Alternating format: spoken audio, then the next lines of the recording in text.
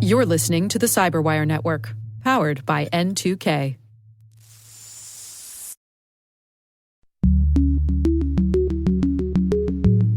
In response to your feedback, we're now offering the Caveat newsletter, a single weekly digest of news and analysis previously covered in our pro-policy, privacy, and disinformation briefings. If you're already a pro subscriber, thank you. You'll have access starting this week. And for everyone else, visit cyberwire.com/pro and sign up today.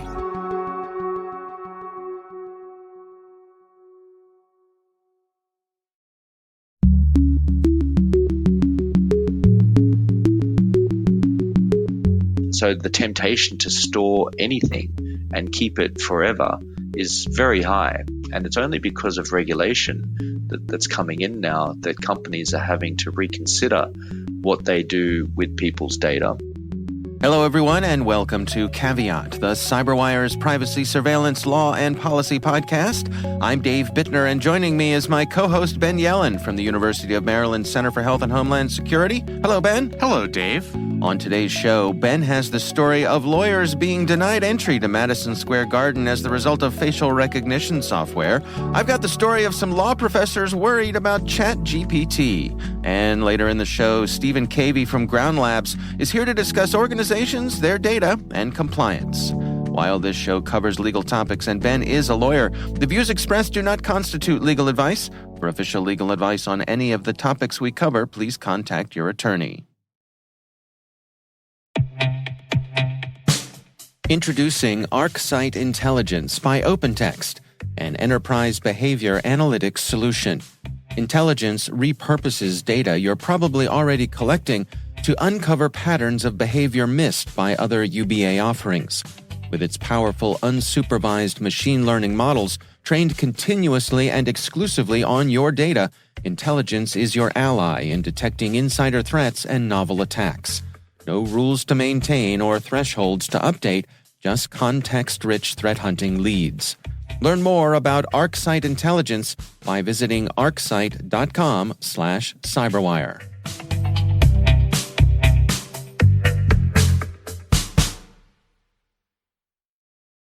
All right, Ben, we got some good stuff to share this week. Why don't you start things off for us here? Yeah, we have some fun stories. The first one from the New York Times, entitled "Lawyers Barred by Madison Square Garden Find a Way Back In" by Kashmir Hill. This one is just a fun, interesting, and fascinating story. So several months ago, Madison Square Garden in Manhattan brought in facial recognition software, ostensibly for security reasons. Yeah. You want to keep out people who have criminal records, are on a terrorist watch list, etc. So anybody entering for a Knicks game, a Rangers game, some type of concert, performance, their face is going to be read by the scanner. And if they're red flagged, they can be denied entry into Madison Square Garden.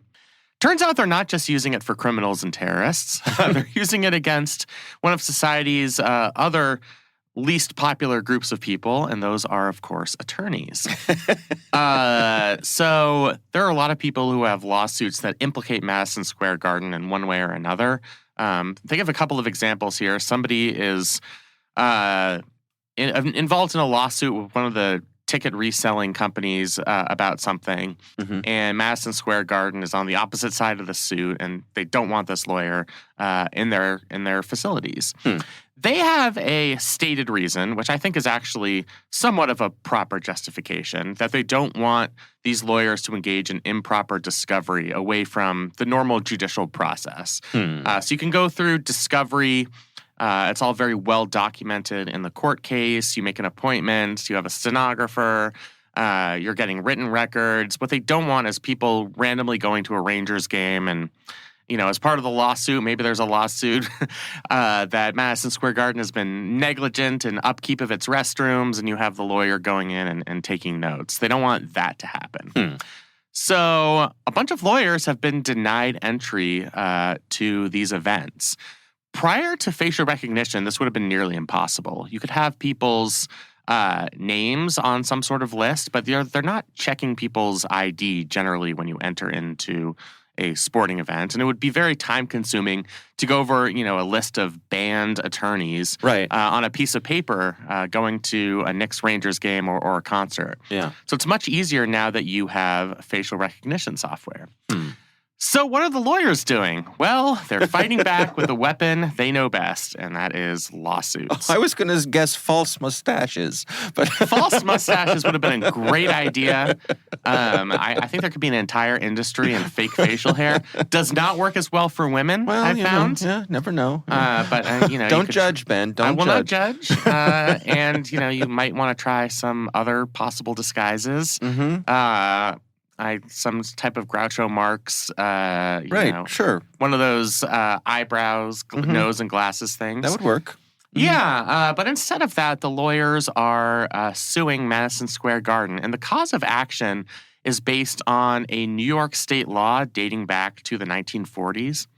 What's really entertaining about this is basically the problem in the 1940s was that Broadway theaters were denying entry to theater critics who they thought would give negative reviews of their performances. This sounds like the alternate plot of The Producers. Right. Yeah. Of course, they didn't have facial recognition, so in that sense, it was there was a actual list, and people, it would just be manual recognition. You have the producer standing at the door and saying, I'm not letting this critic in. Right, and a Broadway theater is much fewer attendees than Madison Square Garden, for example. Right. So the lawyers were actually successful.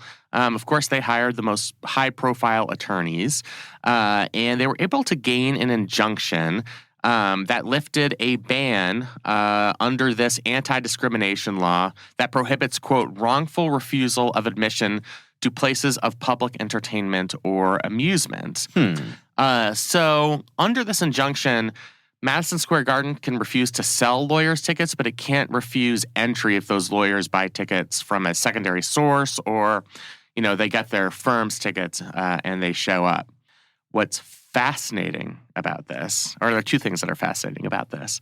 One is one of the plaintiffs brought the court order, and his face was scanned upon entry to a WizKid concert, and he was still denied entry. They were basically like, yeah, that's great, your lawsuit, awesome. But they still turned him away. The second thing that's really entertaining about this is that the statute only applies to entertainment and amusement. And according to other court precedent in New York State, that does not include sporting events. So there are different rules now at Madison Square Garden for performances and for sporting events. So for performances, the statute, according to this judge, at least in a preliminary sense, does apply. You can't wrongfully deny entry. But for sporting events, it's you can still have that face read and knock people out, tell them that they have to leave. This is a fun, entertaining story. I think the serious element of it is you wonder how this facial recognition software could be weaponized in ways that are a little more nefarious or discriminatory. Right now, it's being used against an unsympathetic group of people, and that's lawyers. But you could understand a context where they were removing people, based on demographic characteristics. You are not allowed to discriminate based on race, and in New York State, sexual orientation, gender identity, et cetera. Yeah. But they could come up with arbitrary reasons to ban people and could enforce it with facial recognition software, which I think, the fact that that would be legal is somewhat concerning. So I think it's kind of incumbent upon New York State and other state legislatures to try and clarify proper uses of facial recognition technology, where if you're going to deploy it in these event spaces, then you have to exclude people for justifiable reasons, like being on a terrorist watch list or somebody with a history of violent crime, rather than I just don't want this person to come into my facility, and I have the technology to prevent it. So does MSG's rationale here hold water, or do we think that this is sort of cloaking, just basically comes down to being a jerk move? Oh, it's a total jerk move, but I think putting aside this amusement entertainment statute, it is well within their power to deny entry to people. I mean, this is a private company. It's not a public space.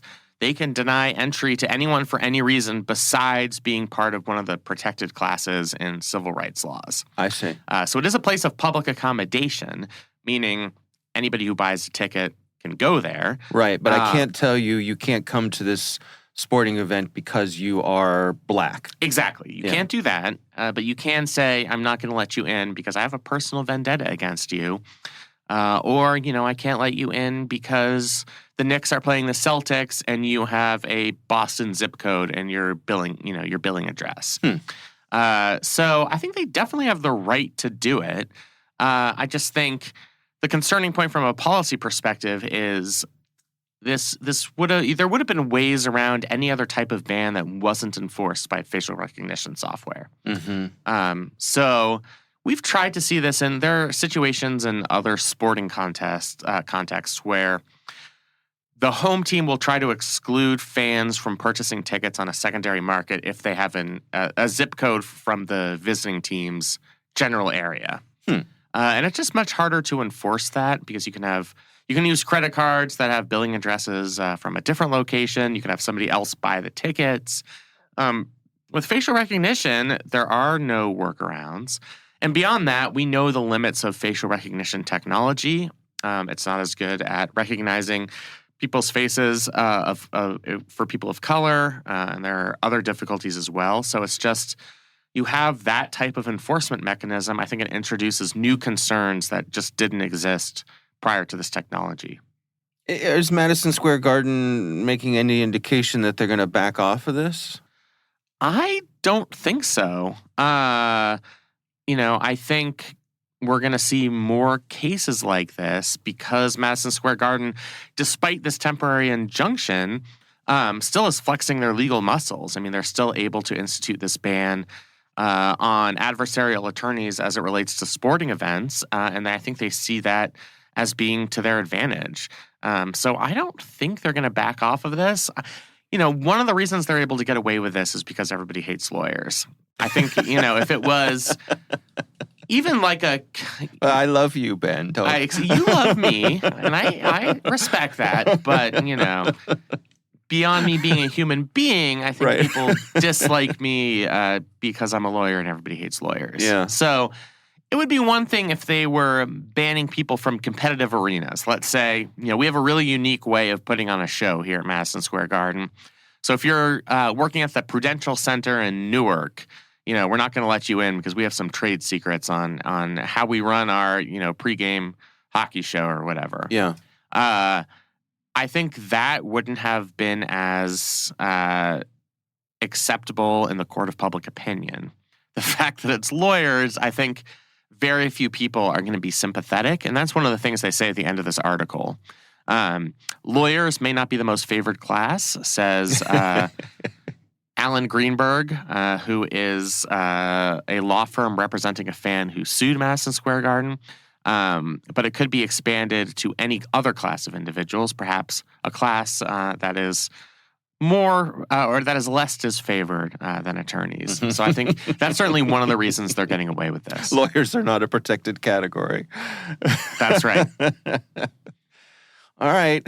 Boy, it's interesting, isn't it? It's such a fun story. And it's like the person that they're profiling here, like you just look at him, you know that he's an attorney. He's wearing an outfit with really nice clothes and holding a coffee cup. And it's like, am I really supposed to feel sorry for this guy? If you called up Central Casting and said, send over an attorney, it would be this guy. Exactly. Yeah. Exactly. And you just look at him and you're like, do I really want to go to court to fight for this person? Yeah. To attend Knicks and Rangers games, Right. But I think there are broader issues here. It does relate to facial recognition technology itself. And I think there might be, especially future justification, to limit the use of facial recognition technology to circumstances defined by a legislature. I don't think this would be something that could be done at the federal level because I think that would be intruding on states' powers, especially as it relates to regulating private companies, but I think it's certainly something that could be done at the state legislature level. Interesting. All right. Well, my story this week comes from Reuters. This is an article written by Karen Sloan. And this centers on some law professors, of which we have one in the room, being fearful of ChatGPT's rise to prominence here. So we've been talking about ChatGPT. Everybody's been talking about ChatGPT. Topic of the hour. Yeah. And of course, it's been of concern to professors, teachers all over the place because of the possibility for students to use it. And it seems to be quite good at writing and coming up with it. I said, put a thing in it. I said, solve this math problem and show your work. And it did it. So that's, I mean, right. That's most of elementary school mathematics right there. Right, exactly. So this caught my eye because I thought this would be an interesting discussion for the two of us, because you are indeed a law professor. And somebody who panicked when I saw ChatGPT, because I thought, oh God, my students are going to use this. Yeah. And this is going to be a problem. Right. So what do you think here, Ben? Are your students going to use this, and is this going to be a problem? I think they're going to try. I think it's going to be less useful for law students than students in other professional schools or even undergraduate students for a couple of reasons. One is that in law school, most of the exams are based on hypotheticals that the professor writes. So I never got an opportunity to be a fiction writer except in designing law school exams. Oh. So I come out with a hypothetical, and the students have to apply the law to those facts. I think that's just a little too specific to be picked up and recognized by ChatGPT. Have you tried? Have you tried any of your test questions? I have, and the answers have just not. I've done this a couple of times actually, and the answers are just very superficial. Like they'll state what the relevant law is, but they don't do a good job of applying the law to the facts. So in my class, that's like a B or C exam. Okay. Still passing. It is still passing. On that note, by the way, they had this article had a couple of law professors who put some of the multi-state bar exam questions into ChatGPT, and ChatGPT got 50% of them correct, as opposed to 68% for human exam takers. So that is a difference. It's not that big of a difference. And, ChatGPT is in its we're kind of in the beta period of ChatGPT, right, where it's still finding its legs. Like a year down the line, maybe they're going to get better scores than students. I think this is going to be a race between students and ChatGPT on the one side, and then academic institutions and other technological partners on the other side to try to ban the use of ChatGPT on campus or have exams or other law school exercises take place offline where students don't have any internet access. I've heard a couple of suggestions on how to cope with ChatGPT for law students. One of them is a professor that had forced students to write a paper disconnected from the internet as enforced by the school's firewall or their IT department. Yeah. And then they could make revisions. The professor would read the first draft and they could make revisions with the use of the network. But, that might be hard to scale because there are a lot of take-home assignments in law school. Having never been to law school, help me understand here. What references do law students have at their disposal in the normal course of taking an exam, if any? Many things. So generally the professors decide what type of access the students have during an exam. So for example, we get 3 choices. It's either a closed book, closed note exam. Only the mean professors do that, where you basically have to go by memory. Now, that is how the bar exam worked. You did not have access to the network. You couldn't bring any books or materials. Right. You had to memorize everything. And I had a couple of those exams in law school. The way I like to administer the exam is what I call the Control F exam, where you can have notes on your computer or the PowerPoint slides from class, but you can't have access to a network. So that would be acceptable in a world of ChatGPT. because you're not going to know the questions ahead of time, so you can't type them into this chatbot AI and have it spit out answers. You have to use the notes that were already on your computer. The third option, and this is something that's, I think, being used more, especially as we've moved to virtual education, just because it's harder to enforce limits on network use. So the third option is just completely open. You have open internet access. I always warn my students that it could do them more harm than good because you have access to treasure troves of information. If you wanted to know a treatise on a particular case we studied in the class, you would have access to it. You would have access to the case itself. Legal law, online law libraries are really great. So cases can lead you to secondary sources, and you could really develop a good analysis. Your only limit is time, and it is pretty time-consuming to go through Westlaw or LexisNexis and try and glean all that information manually. The concern with ChatGPT is you skip those steps, you have open networks, you type the hypothetical into the chatbot, and it's able to give you at least a satisfactory answer. And I think that's something that we need to be concerned about as professors and as academic institutions. Prior to ChatGPT, I think the thinking was we would be able to there's anti-plagiarism software for one, and I can always tell when a student is plagiarizing because you kind of learn what the student's voice is. And when they copy and paste and it's in a different font and it doesn't sound like them, Right. I have a pretty good idea that they're cheating. ChatGPT, the way it's programmed, is it's supposed to reflect the input, which is what's out there on the internet, and it's supposed to sound human. I mean, it's supposed to be as if you're actually chatting with an expert on the topic that you're studying. I'm just thinking in real time here that because you can ask ChatGPT to write in a particular style. I theoretically, and I haven't tried this, but I could say, please word your answer in the style of this particular Supreme Court justice. Right. You could have write a Scalia dissent about this hypothetical, and I think they would absolutely be able to do that. Yeah. There are limits on ChatGPT now. I think as the technology develops, those limits will start to fall by the wayside, and I think law schools are going to have to come up with policies.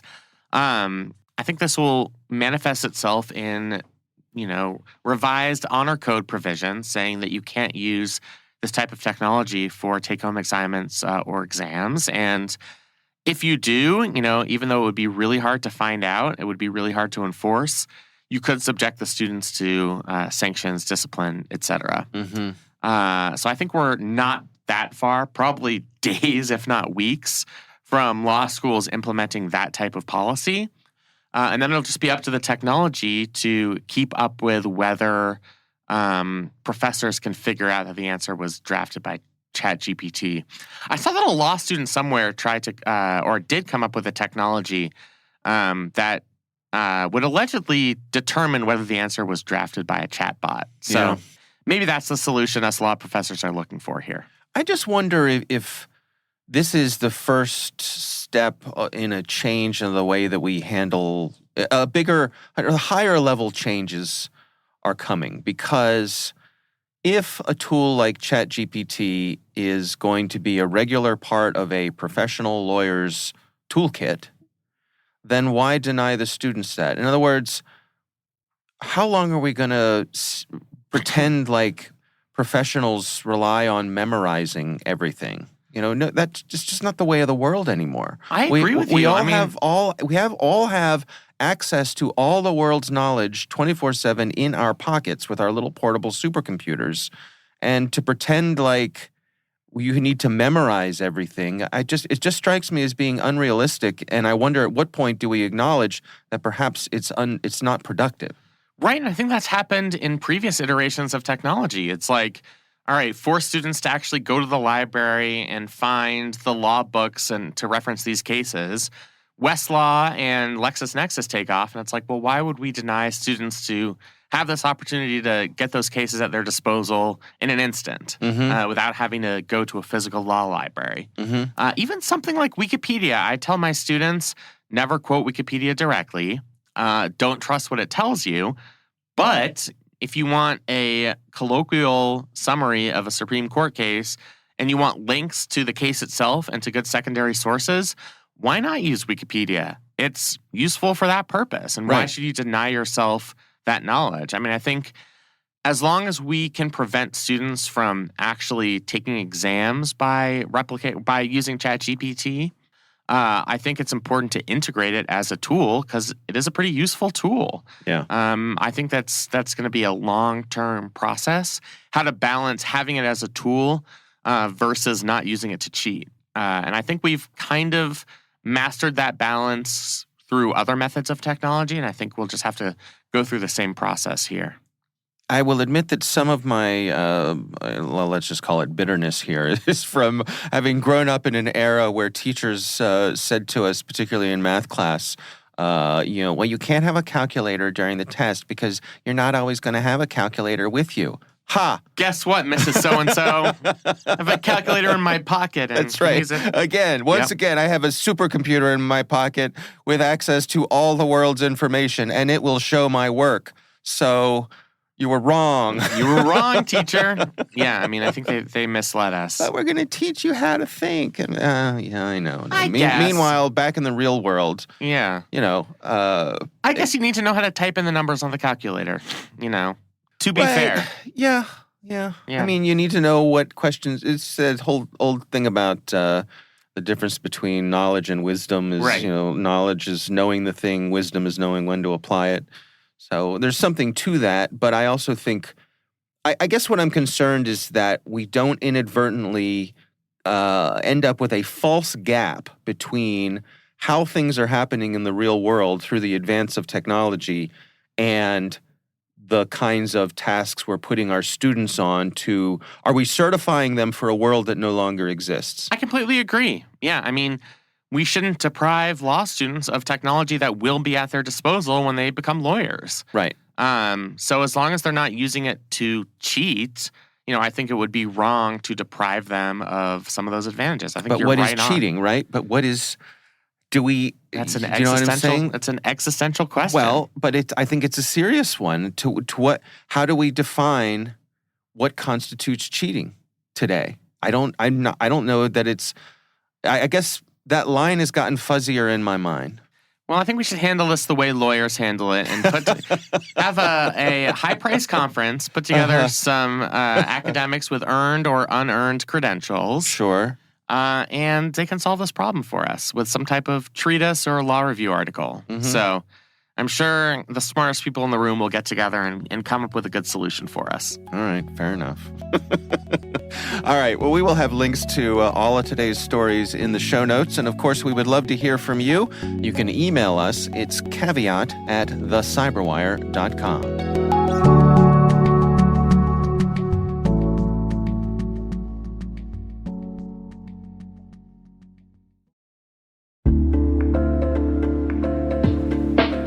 And now, a word from our sponsor, SpyCloud, the cybercrime analytics leader. SpyCloud disrupts cybercrime by telling you what criminals know about your business and your customers, so you can take action to prevent ransomware, session hijacking, account takeover, and online fraud. SpyCloud constantly recaptures and analyzes new data from the criminal underground, including credentials, session cookies, and PII siphoned from malware-infected devices. With knowledge of the specific exposed data criminals have in hand from InfoStealer malware on managed and unmanaged devices, security teams can respond with a more efficient and effective process called post-infection remediation that fits seamlessly into existing incident response frameworks. Get SpyCloud's post-infection remediation guide outlining the 7 steps for preventing a malware infection from becoming a full-blown ransomware incident. Visit spycloud.com/cyberwire. That's spycloud.com/cyberwire. And we thank SpyCloud for sponsoring our show.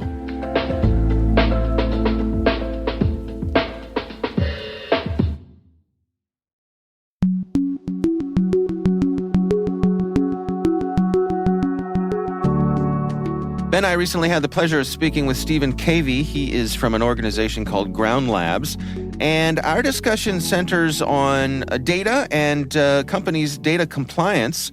Here is my conversation with Stephen Cavey.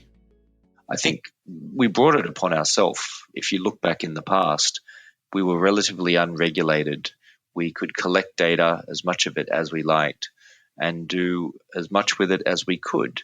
In fact, the more data you collected, the better, because it means we could get more insights about our customers, figure out their likes and their wants and their needs, and market to them better, sell to them better, and perhaps even deliver better service. Unfortunately, during those times of the Wild West, we were over collecting data significantly, to the point where any data that we could get about a customer was data that we wanted, without really putting much thought around how we were going to manage and secure and look after that data on a long-term basis, and then what rules or regulations might come about that would require us to do things with that data. And I think that's why you now see over 130 countries now have implemented modern privacy laws to protect the rights of individuals. And that's largely because businesses were given the opportunity to self-regulate for the longest time. And they didn't do a great job at it, which I think explains why you see so many data breaches out there that have been happening every year, year on year on year. And there's no signs of that letting up. And so as a result, countries have had to step in and implement very difficult laws, as I know you'll appreciate and have talked about many times on this program. And the penalties are continuing to increase around the world. I think in Australia now, we've just seen a significant increase in the penalties down there in reaction to recent data breaches that have been happening. And this is the common theme. What do you need to do to get businesses to take note of these new regulations with regards to people's data and upholding privacy? And so the penalty framework is one of those ways, but there's so much more that we can also be doing as an industry and as a community to be looking after the identities of people and the data we collect about them. What sorts of things do you think we should be doing here to be more effective, to be better stewards of our customers and clients' data? Well, I think we have to start the over-collecting. It's also stop the over-collecting. And as a result, what we should be doing is only collecting exactly what we need. There's a common term called data minimization in our space, and that's really about what's the data that you absolutely must collect in order to deliver the product or service that you provide, and then making sure that you only collect that, and then managing that data well. I think the other problem that's been happening is we've collected so much data about individuals, we're storing it everywhere, and then we're very quickly losing track of where it's ending up across our organization, across our environment. And so just to layer that on, IDC comes out with statistics now measuring the amount of data that's being created out there. And as many people can appreciate, the volume of data that organizations have now is exploding. Gone are the days where we all had 5 and 10 megabyte quotas on our mailbox, and we weren't allowed to send mail when we would hit that quota. Now we are given substantially more space to store with, in some cases unlimited space, depending on your cloud provider. And so the temptation to store anything and keep it forever is very high. And it's only because of regulation that's coming in now that companies are having to reconsider what they do with people's data. And so minimizing the data, but I think more fundamentally, and this is certainly an area that GroundLabs is out there specializing in, is knowing where your data is. I think that is by far the biggest challenge for organizations. We survey a lot of companies out there and a lot of group professionals, and we generally find about 70% of respondents will answer the simple question, or give a response to the simple question, do you know where your data is? The 70% will say, no, we don't know where our data is, where all of our data is being stored. And so I think that really brings home the reason why we're seeing so many data breaches happen out there in the world, because very often the data that is stolen from the organization or lost by the organization is data that they didn't know they were storing in the first place. And so I think that comes back to the fact that when you, particularly in today's world, when you think about the movement of staff that's been happening between organizations and how difficult it is to keep your people in today's day and age, the institutional knowledge that you build up within the business about data, about where it is, about what the business is doing with it, and about how it's being handled, it's very easily lost. And so you have a current generation of staff that are aware of the current processes as they happen today, but not necessarily the processes that were happening last year or 3 years ago or 5 years ago. And yet that data is still being stored somewhere in the business. And if that data relates to individuals, customers, employees, and other scenarios where it's highly sensitive information, it needs a very high level of protection, and it needs to be monitored to make sure that it's staying safe, and it needs to be managed to make sure that it's not being kept for longer than is needed. Then you have a real challenge on your hands, and then you layer on the further problem of the number of locations where we store data. Now we're storing data both on premise and in the cloud. We're storing it in SaaS providers. We're storing it in databases. We're storing it as files that are synchronized both on servers and desktop. And so the overall challenge of understanding what data you have, where it is, and of that data, what is sensitive, what is high-risk data versus what is low-risk data that doesn't need all of the right controls and processes around it. It's an incredibly difficult task that businesses are facing. And so with all of these new regulations coming down the line, that's only making this problem even more challenging to deal with. So Dave, just to summarize, minimize the data you're collecting, and then the data that you do hold, start to understand where all of it is ending up within the organization, where all of it exists, where it's stored, and how much of it that you have. Only then can you start to begin the journey of protecting that data and then monitoring that data to make sure it stays protected on an ongoing basis.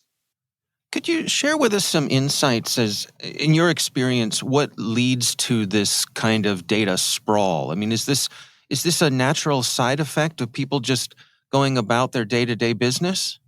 It is. I mean, people need to do their jobs, right? And following procedures and processes and having the best written policies on what you should be doing or what you're meant to be doing with individuals' data is absolutely the right thing to have in place, and you must have it in place. However, ensuring that the individuals are following it is the other half of the challenge. Going back a long time now, but when I was in the hot seat running data security for an organization that I worked in, I was rolling out these policies and educating the team on what was good practice, what was inappropriate practice, and what we need to be doing going forward. And yet I was still challenged by individuals. Take the simple email example. Back then, using email to send files full of personal and sensitive data was still very commonplace. In fact, it's still done today in some places. But we just started the process of saying, right, well, here are alternative ways that you can get these sorts of files to your third party that you need to exchange this data with legitimately. Please don't send it through email. And we found that one of the people we were working with complied with that request and didn't send email using the company's email server. And so they instead used their personal email account to send those sensitive files to the third party, because that third party was insisting that data continue to be sent via email. And in their view, they were just doing their job, and they had to do what their customer was asking for. And again, very simple example, but that's what we're working with here. Individuals want to stay productive. Unfortunately, security is very often seen as an inhibitor to doing business or slowing things down. And people will try and get around that. And so I think this is where education plays a very big role, Dave, teaching the individuals across an organization the importance of protecting an individual's data. In other words, when you see the private details of a person, whether it's a customer or whether you're in HR looking at an employee's data, knowing that is very sensitive, and the organization has been trusted to look after that data, and the individual providing that data makes a very big assumption that the organization has all the right controls and all the right processes to look after that data. And so making sure the awareness of protecting information, protecting personal data, sensitive data, confidential data across the organization is embedded into the culture of the organization. It's not something that's just simply taught in a classroom where you go to security training and everybody looks at the ceiling for an hour and then walks out going, great, glad that's over. Let's get back to doing our jobs again. There's so many great things going on out there in organizations today to really ingrain a culture of security, particularly data security, to make sure that this sort of information is being better handled. But we're still a long way there yet, Dave. There's still plenty of good work that we can all do. Can you give us an idea of what happens when a company decides to engage with an organization like yours and they're looking to go through the data discovery process? How does that work? Is it a matter of crawling through everything they have? I suspect it's a little more sophisticated than that.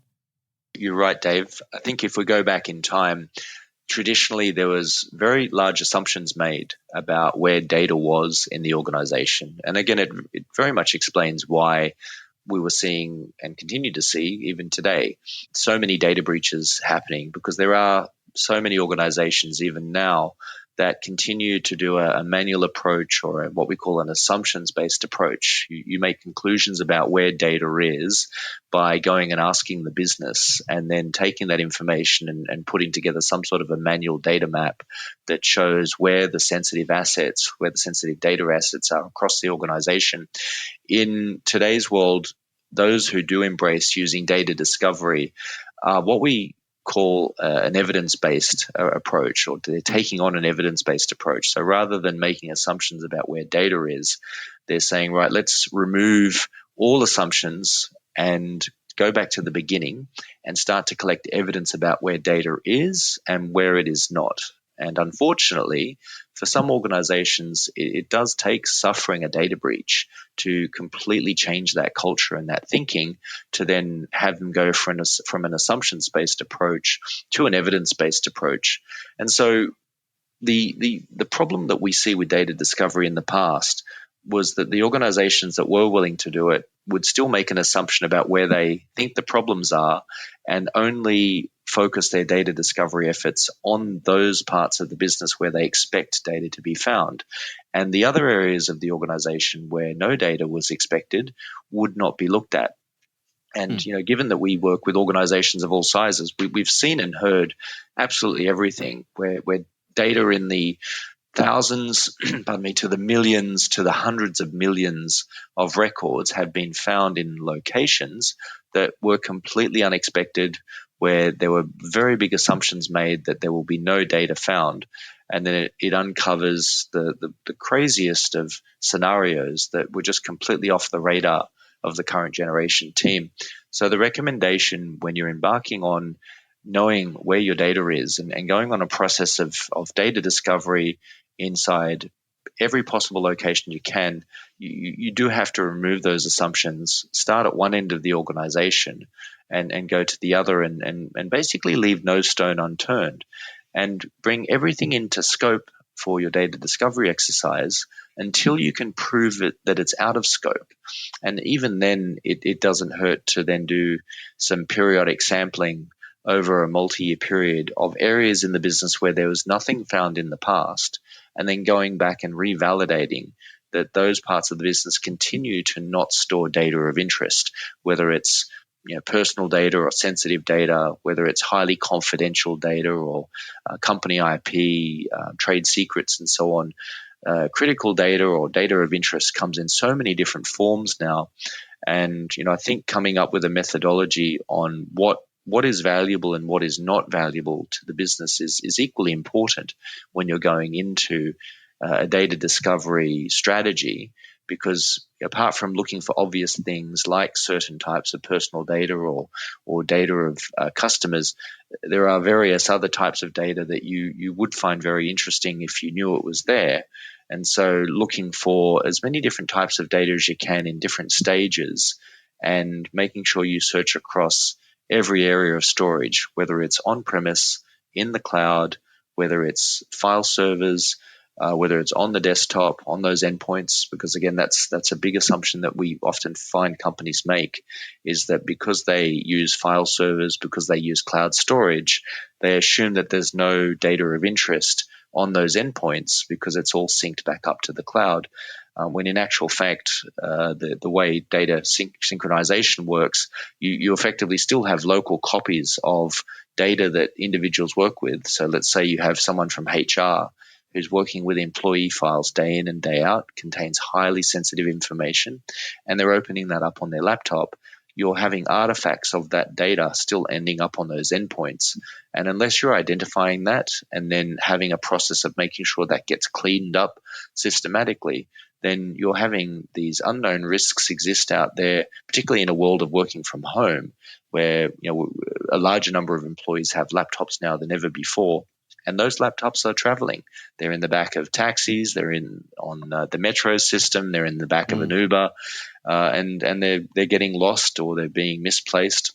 And there is data of interest on those devices. So I think the main point here is take all the assumptions off the table, use evidence to find out where all that data really is being stored, and go from one end of the organization to the other and get a true picture of how much data the organization is storing, what types of data it's storing, and then you can start to make real decisions about the types of security controls and processes that need to be implemented to truly protect and ensure that data stays safe. And if you get that right, then complying with any subsequent privacy laws or regulations, doesn't matter how many of them you have to deal with, that process becomes significantly easier if you get the fundamental basics right, as opposed to taking a regulation-based approach where you only follow the regulation, you tick the boxes as they need to be ticked, and you do nothing else. Unfortunately, that's been the common practice of the past. I'm curious, do you ever cross paths with people who don't want to know, who think that perhaps, if they have to stand in front of a group of regulators, that claiming ignorance is going to be their best strategy? It's funny, Dave. I often say there's three reasons why people change from the assumption-based approach to the evidence-based approach. I alluded to one of those reasons before. Number one is a data breach. That's the biggest reason, the biggest motivator that you'll find a company will move from using assumption to make their data security decisions to actually requiring evidence. The second is regulation. So they have a deadline, a compliance deadline, and they're probably working with an external assessor of some sort. And that external assessor has guided them or encouraged them to use an evidence-based approach. And then the third, which I think answers your question, is what I call a change of guard. So we have a new CISO or a new head of privacy, a new head of IT security, a new person who's in charge and responsible for this problem of securing data. And they're asking their current generation team that they've just inherited, where are we storing data? How much data do we have? And what do we do with it? And the answers that they're getting back from that team are not the answers that they feel very confident in. And so they decide, let's embark on doing an evidence-based approach, because everything I'm hearing from the business, I'm not convinced is really the case. And ultimately, it's myself that is on the line here, should there be a problem.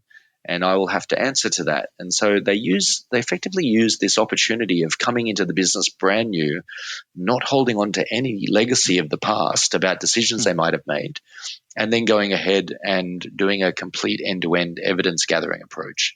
And so, pardon me, that is very often the baseline of where we see people move away from not wanting to know. Because you're right, Dave, in the past, there were a lot of people that would rather not know, and ignorance was bliss. And unfortunately, it took a horrible event like a data breach to have to change that entire circumstance. And I suppose, the peril is much greater given the regulatory regimes that we have around the world now. You're exactly right. It's taken regulation to really push businesses to try and understand this problem far better than they ever have, to the point now where we've seen the rise of the chief information security officer. Now we're seeing the rise of the chief privacy officer as well as the rise of the chief data officer. And we're finding, particularly in mid to large organizations, those three roles are having to work together very closely and are pivotal to ensuring this data security set of requirements are being met. And they have to work very closely together to make sure that the business can continue to trade and evolve and grow, whilst also ensuring that the data is being kept secure and that the compliance and regulations are being met correctly. Because to the previous point that you asked about, Dave, in the event of a data breach and you have to face the regulator, ignorance will not get you through. In fact, it's the other way around. The more ignorant you are, the heavier the fine or penalty that they will levy upon you, versus if you show that you were actually putting controls in place, you were making an effort, you were attempting to understand the regulation and take the right steps towards complying with that regulation, and yet something unfortunate still happened, that at least puts you in a stronger position to argue before the regulator that you were doing some good things. Unfortunately, a bad event still happened. Perhaps you had a control that failed, and that is very much the case. It is much harder to defend than it is to attack. It's far easier to be the attacker than it is the defender, and the regulator understands that. But what they're looking for are organizations that are taking the right steps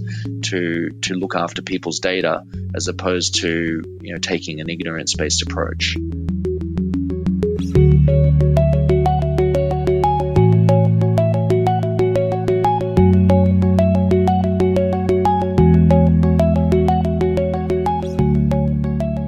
Ben, what do you think? It was really interesting. I like his approach of you have to do an inventory of all the private data that you have, and that should guide your company's practices of complying with regulations and figuring out how many resources you need to devote to protecting data. It's about how big your risk is. I mean, I look at it as kind of like an insurance company approach. And I think that's better than just kind of blanket acceptance of broader regulations or instituting practices that aren't a fit for your organization. So yeah, I enjoyed the interview. Yeah. All right. Well, our thanks to Stephen Cavey from GroundLabs for joining us. We do appreciate him taking the time.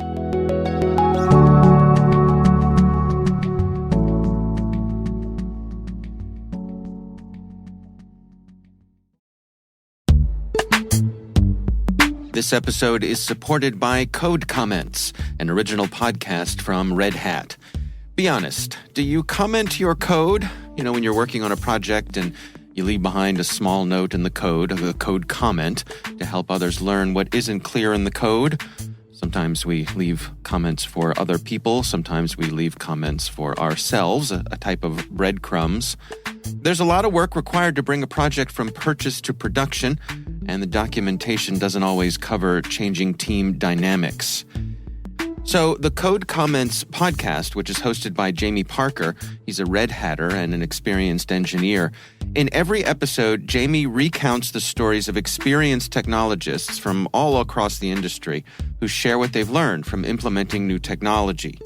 So if you're interested in real stories from real people going through real change, check out the Code Comments podcast. You can search for Code Comments in your podcast player. We'll also include a link in the show notes. My thanks to Code Comments for their support.